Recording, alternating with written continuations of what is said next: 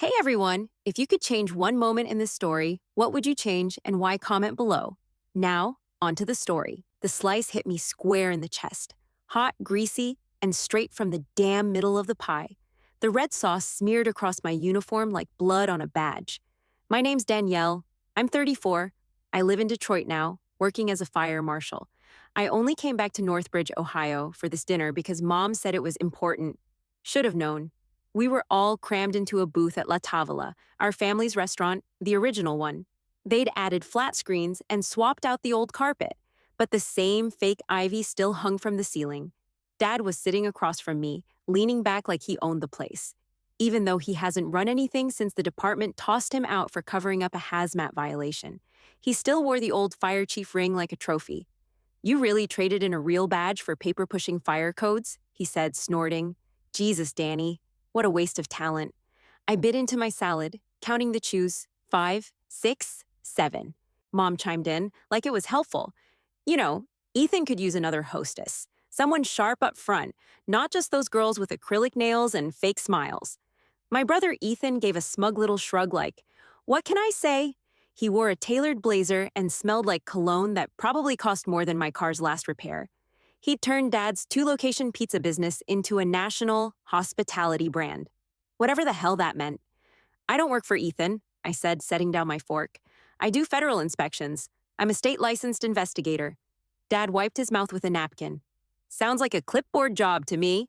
Before I could fire back, he picked up a slice and flung it.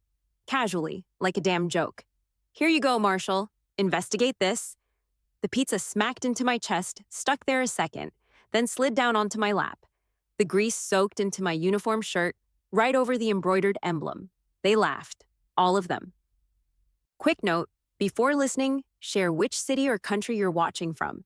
I stood up slow, picked the slice off my leg and set it on the table, right in front of Dad's plate. My hands were shaking, but I made sure my voice wasn't. "I've got work early tomorrow." "Oh, come on," Mom said. "We're just teasing." Ethan raised his glass. "No hard feelings, Marshal Danny. We still love you." Then he said it. So casual, I almost missed it. "Private European investors are flying in next week to tour locations in the Caribbean. St. Thomas, maybe Aruba. Big plans." That phrasing. Private European investors. Caribbean expansion. My brain lit up like a fire alarm. I'd just read something almost word for word in an ATF bulletin about a luxury restaurant fire in St. Thomas. Suspected insurance job. I didn't say another word. I grabbed my coat, pizza grease and all, and walked out. I didn't go home that night. I drove straight back to Detroit, pizza grease dried stiff across my shirt, and dumped the whole uniform in the trash chute at my building. Couldn't stand the smell of it. Couldn't sleep either. By 8 the next morning, I was in the office, blinds still down, hallway lights still flickering. I powered on my monitor and pulled up the fire investigation database. The phrase Ethan had used, "private European investors touring Caribbean locations," kept bouncing around my head like a damn warning bell. I typed in the two fires I'd flagged weeks ago for review, one in St. Thomas, the other in Aruba. Both high-end restaurants, both total losses, both insured for double what the properties had been appraised for, and both just recently renovated under new management. I clicked into the ownership reports. Layers on layers of shell companies. Nothing illegal on the surface, but something stunk. One LLC led to another, and another. Then I spotted it. EC, Hospitality, not listed as an owner, but marked as the brand partner in the Aruba site's relaunch. I sat back. My fingers tapped the desk, fast and nervous. Ethan's company had cleaned up their public-facing name in the last 2 years. No more Ethan's Pizza Group. Now it was sleek, sanitized, corporate. EC Hospitality Solutions, LLC. That's how you bury a name. That's how you make it hard to trace back to some guy from Ohio who used to flip dough in a strip mall. I clicked deeper. Property tax records, insurance filings. Buried in the fine print, I found 2 holding companies connected to both fires. One registered in the Cayman Islands, the other in Luxembourg. I leaned forward, forehead resting on my hand. My mouth went dry. This wasn't just a hunch. This was a damn pattern. I thought about McAdams. I'd worked with him on a few joint inspections. ATF liaison, straight shooter, big on evidence, bigger on consequences. If I told him what I was seeing, I'd be putting Ethan on a federal radar. No walking that back. And if I was wrong, if I was just pissed off over dinner and chasing smoke, I'd be the one burned. But if I was right, I opened a new case file. At the top, I typed, Potential Financial Arson Scheme, EC Hospitality, Ethan Callahan. My stomach turned seeing his name there. Before adding anything else, I pulled up their company website and clicked through to their press section. 2 articles posted in the last month. One was a fluff piece about redefining global dining. The other was a press release. EC Hospitality announces expansion into the Caribbean. St. Thomas and Aruba sites slated for Q4 development. There it was, black and white, a week-old timestamp. I screenshotted it, printed it, and clipped it to the file. I kept digging. A press contact name, Jennifer Cole. I ran it through LinkedIn. Her resume was clean, too clean. 3 jobs in 3 years, all tied to firms that strategically partnered with hospitality groups.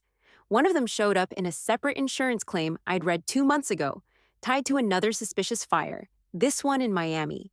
It was like peeling back wallpaper and finding black mold underneath. I went quiet for a second, just listening to the hum of the printer behind me. The sun was pushing through the blinds now, cutting harsh lines across my desk. I reached for the red folder. It was the one we used when something needed to get flagged, when it wasn't just another inspection. I slid the documents inside, labeled the front, Active Investigation, Internal Use Only.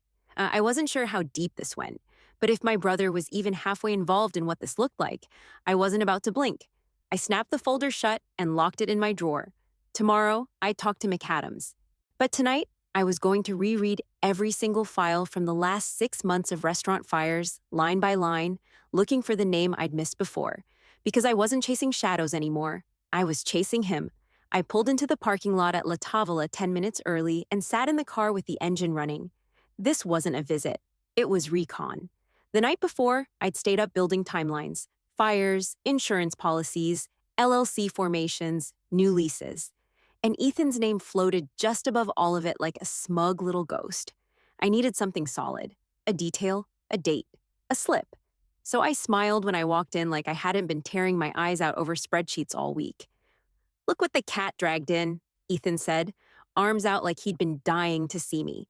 He wore a fresh button-down and some new designer sunglasses, indoors, real subtle. Figured I'd give lunch another shot. Maybe dodge the flying pizza this time, I said, keeping my tone light. Dad chuckled like we were all just comedians now. Well, this time, don't sit across from me. We sat in a side booth, same one from before.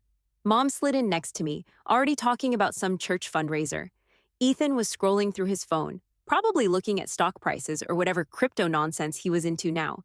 Then he said it, just loud enough for me to catch. Monaco financiers are flying in next weekend. Real private, off-grid meeting at the St. Thomas location. I didn't blink, just tore off a piece of bread and kept chewing. Monaco, huh? Dad asked, eyebrows raised. That's high level. They don't do press. They do numbers, Ethan said, grinning, and they're ready to play.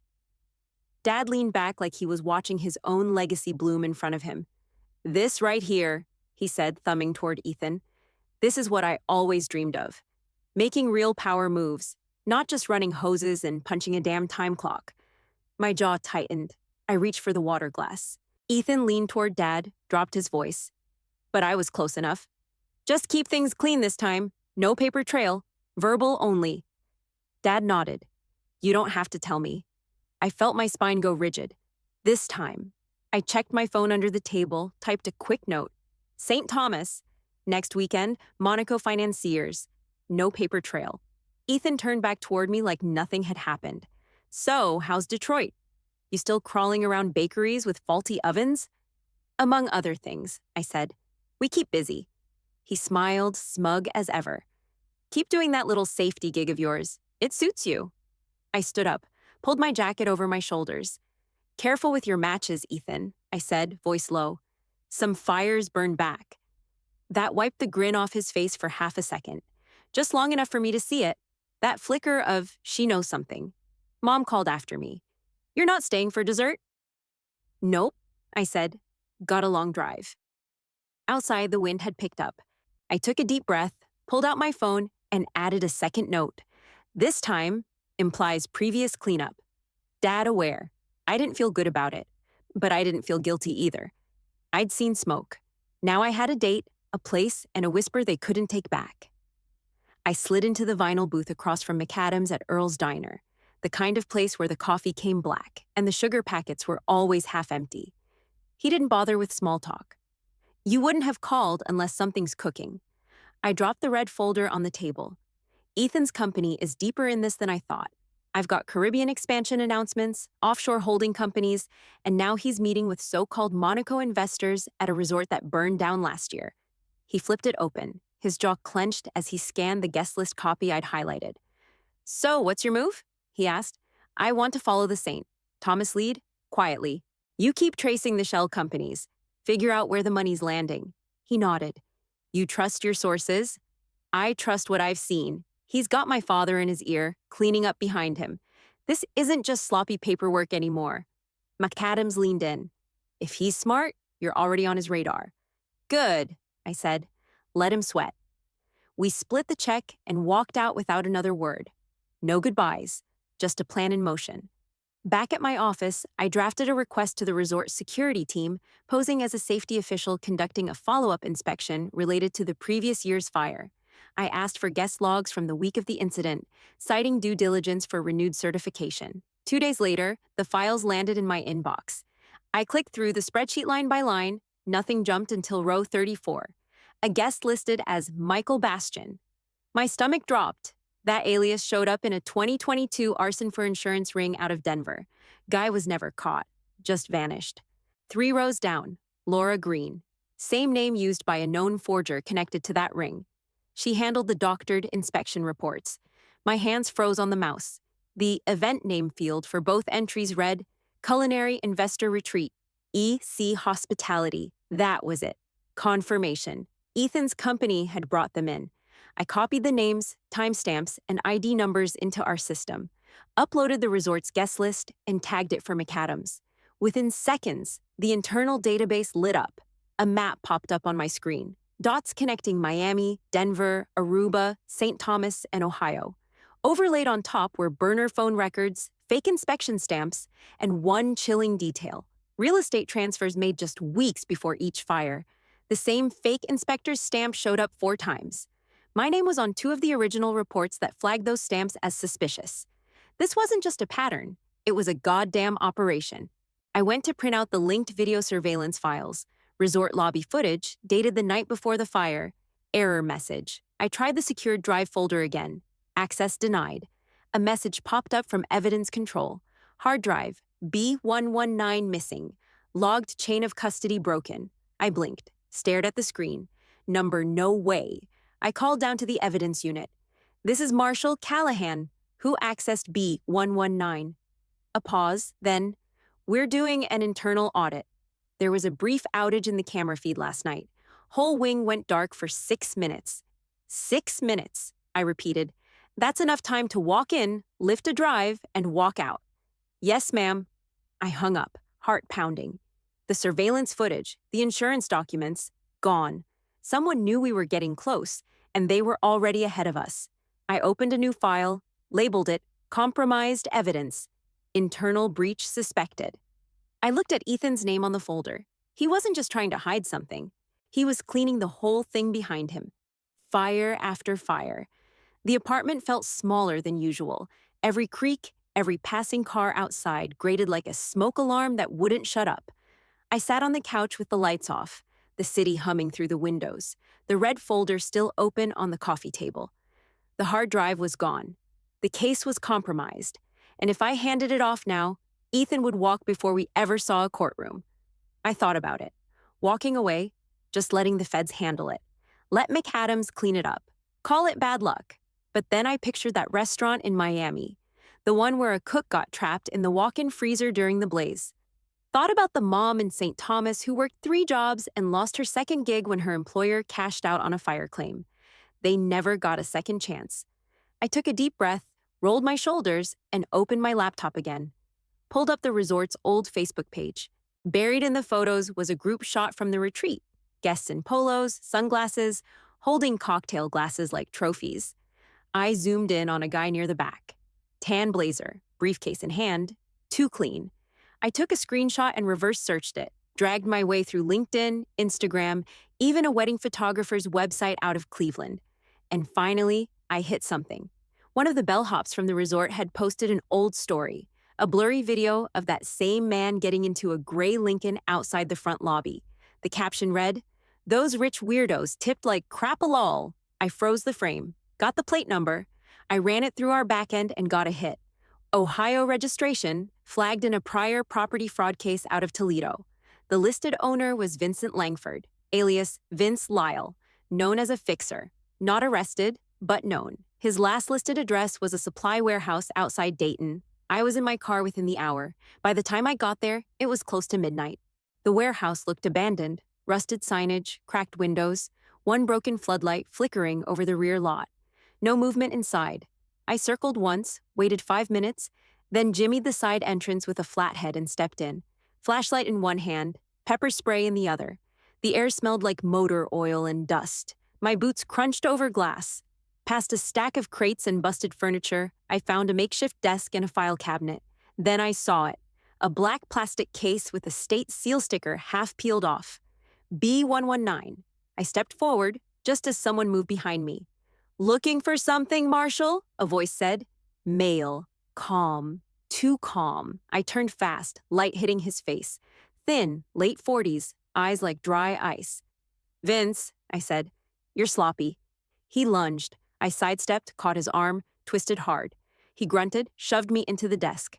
My flashlight skittered across the floor. We wrestled. He got a hand on my collar, yanked, tried to throw me down, but I planted my boot in his knee and drove him into the wall. "You don't get to burn evidence," I hissed, flipping him face down. I cuffed him, tight. "You just made a mistake," he spat. "No," I said, grabbing the drive.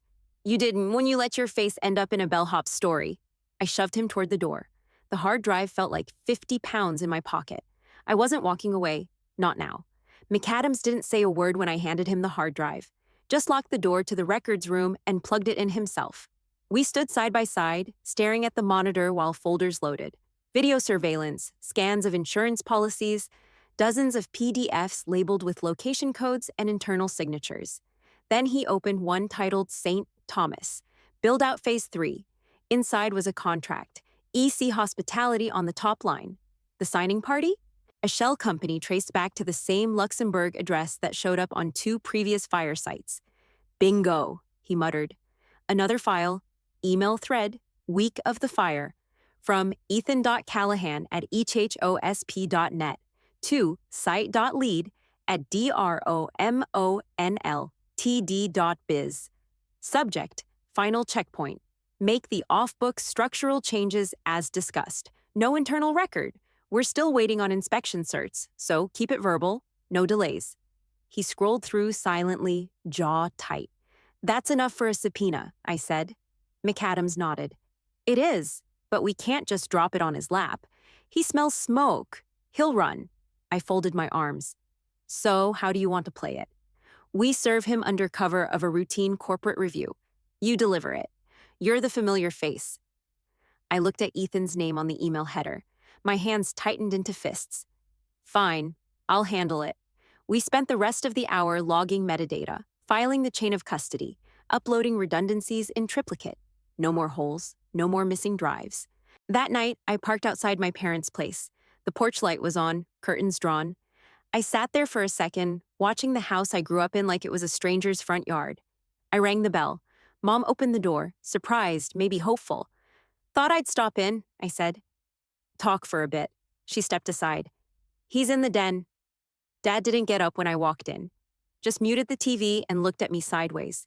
I didn't sit. "You know what Ethan's involved in, don't you?" Neither of them answered. I looked at Mom. "You've seen the money, the trips, the offshore crap, and you're pretending like it's just business?" She swallowed. "He's building something. That's what people do when they succeed." "He's burning things down, literally." Her voice cracked. "You'd ruin your own brother's life over paperwork?" I stared at her. "You think this is about paperwork?" Dad finally spoke. "You always needed a stage. You want to be the badge, the one with the truth." He stood slowly, walked over.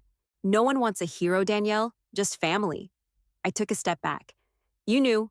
You didn't just look the other way. You helped him cover it." He didn't deny it, Mom put a hand on my arm. He's your brother, and I'm your daughter, I said. Silence. I turned and walked out before I said something I couldn't pull back. The night air cut through my coat as I reached the car.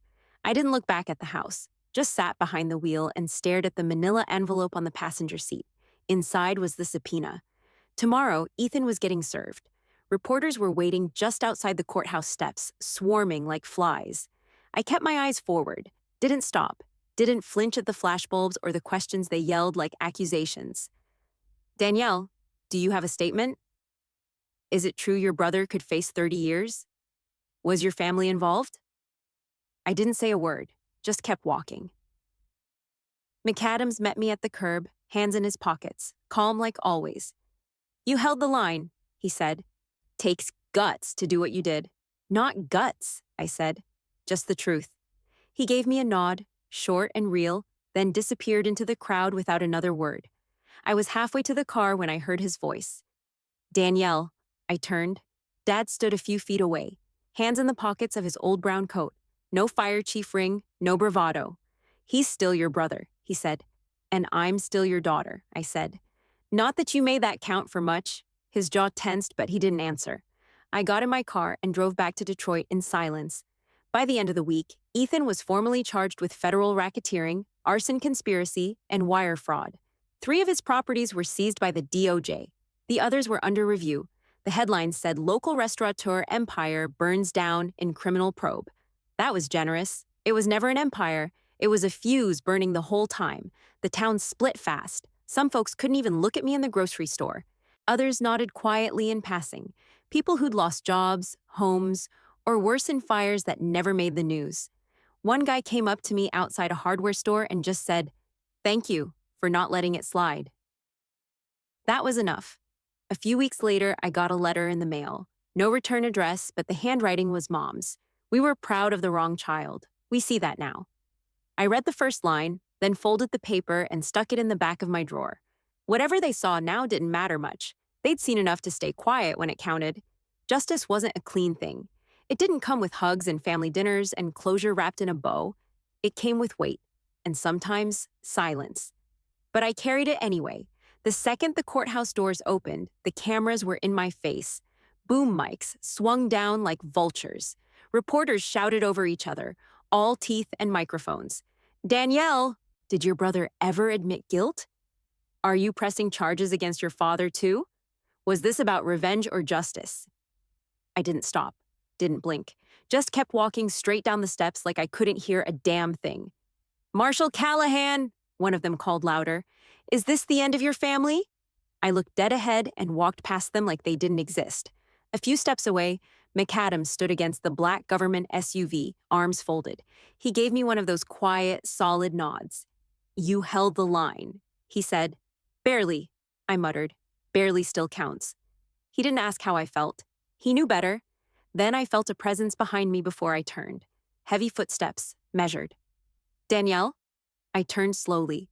Dad stood there, hands stuffed in his jacket, eyes dark. His mouth was tight, like the words tasted bitter before he spoke them. He's still your brother. I didn't blink. And I'm still your daughter. We locked eyes. His shoulders sagged, just a little. He nodded once, like that settled something, then turned and walked away without another word. Ethan was processed that afternoon. Federal charges, multiple felonies, bail denied. His name hit the evening news before the ink dried. Northbridge restaurateur empire collapses under federal indictment. 3 of his flagship properties were seized by the DOJ. More were flagged. The lawyers lined up like vultures. Investors disappeared overnight. Back in town, people pick sides. Some neighbors wouldn't even make eye contact anymore. One woman at the gas station turned her back while I waited in line behind her. But others, they found me quietly. A former line cook stopped me outside a CVS, said she lost her job after a kitchen incident that turned out to be one of Ethan's fires. She just said, "Thanks for doing something," then walked away.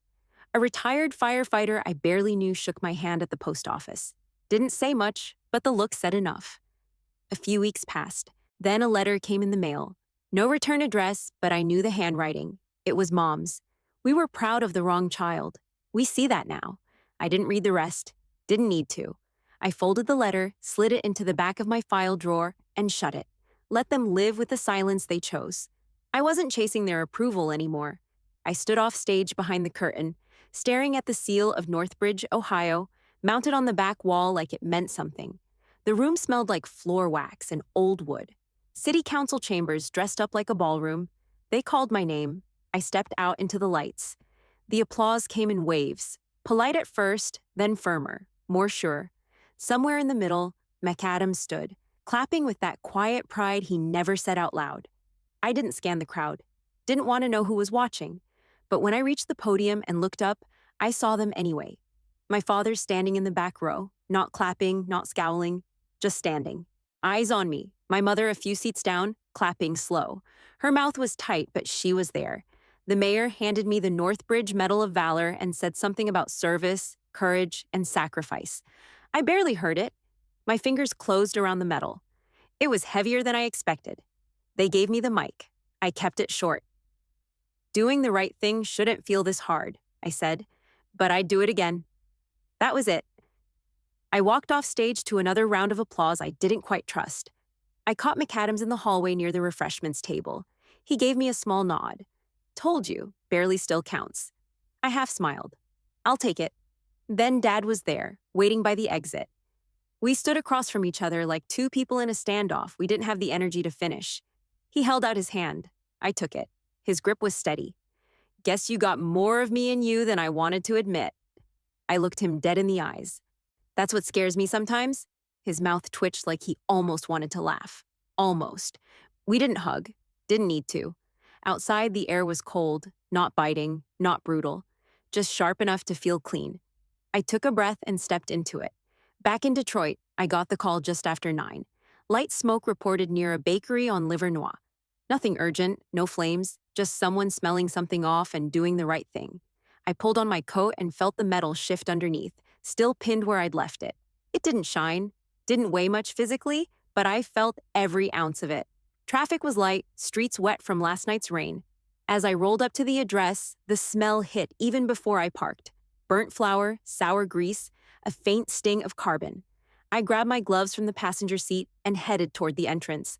The bakery owner was already outside, wringing his hands, apron covered in powdered sugar. "Smelled it when I opened up," he said. Didn't want to take any chances. I nodded. "Good call. Let me take a look." Inside, the scent was thick. Scorched dough, electrical heat, maybe a trace of old oil. I scanned the walls, the ceiling, the ovens. Nothing alarming, just heat stress on the vent hood and a cracked sensor light blinking red over the main unit. Faulty oven, no signs of tampering, no accelerants, no risk. While I was double-checking the fuse box, a young inspector I hadn't seen before came in behind me, barely out of his academy gear. He squinted at me. "Hey, aren't you the one who caught that restaurateur fraud case? The one with the fires?" I smirked. "Yep, but today I'm here for a potential grease fire." He laughed just a little. "Guess it's all fire, one way or another." I gave the owner a few basic safety tips, logged the issue for a follow-up, and radioed it in. "Grease buildup triggered false smoke alert," I said. "No hazard." "Cleared." Walking back to the truck, I paused for a second and looked at the skyline. Rough edges, cranes, brick stacked on brick. Detroit didn't pretend to be clean, but it was real, honest in its mess. Family left scars. Justice did too. But this city, this job, it gave me something steady to hold on to. The siren crackled again. Another call coming through. Different block, different problem. I climbed in, buckled up, and hit the lights. I wasn't done.